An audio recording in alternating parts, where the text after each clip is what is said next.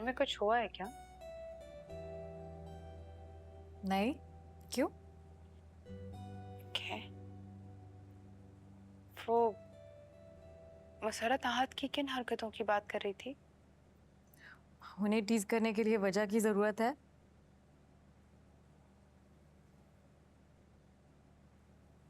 हाँ, वैसे वो जिस दुख से गुजर रही है, थोड़ी बहुत नेगेटिविटी तो बनती है। थोड़ी बहुत। She is a pure negative person. Laila, blood group check कर ले आप। मैं तुमसे पूछ रही हूँ, मसरत आहत की किन हरकतों को कंपनसेट करने की बात कर रही थी? और ईमान कब से इतनी पसंद आ गई कि मुझसे बगैर पूछे वो उसने आहत के साथ भेज दिया? वो जब से तैमूर ने उनका हाथ पकड़ा है ना, डर गई है। इसलिए आपकी तरह सगी बनने की एक्टिंग कर रही हैं। ओह, तो मैं ईमान का ख्याल तैमूर के डर से रखती हूँ। तो और क्या वजह है? ईमान का ख्याल रखने के लिए तो ये भी काफी है कि वो सलीम भाई की बेटी है, और ये भी कि उसने अपने रवैये से ये बात साबित की है वो इज्जत और मोहब्बत डिजर्व करती है।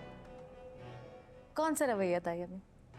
मुहज्जब रहना उसकी मजबूरी है, और तैमूर के फैसले के आगे तो आप क्या, सारे फैमिली मेंबर सर झुका देते हैं। लेकिन बिलाल का गिरबान छुड़ाने के लिए तैमूर का हाथ कोई नहीं पकड़ता।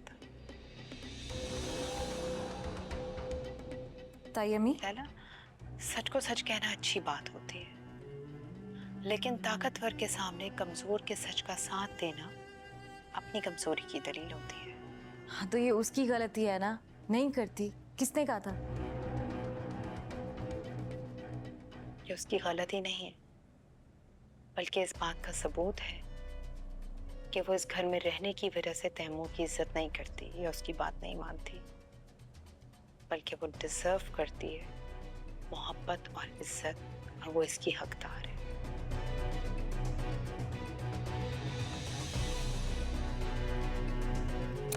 कॉफी लो ना, ठंडी हो रही है।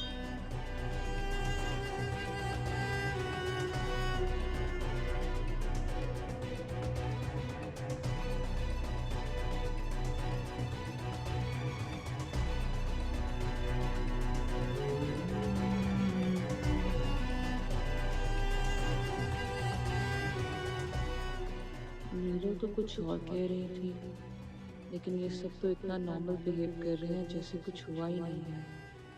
लेकिन कुछ तो हुआ है, और जो हुआ है वो चाची जान को पता है। वरना ईमान का खुद को बंद कर लेना और खाने पीने से तो वो सूली पर भी हाथ नहीं रोकती।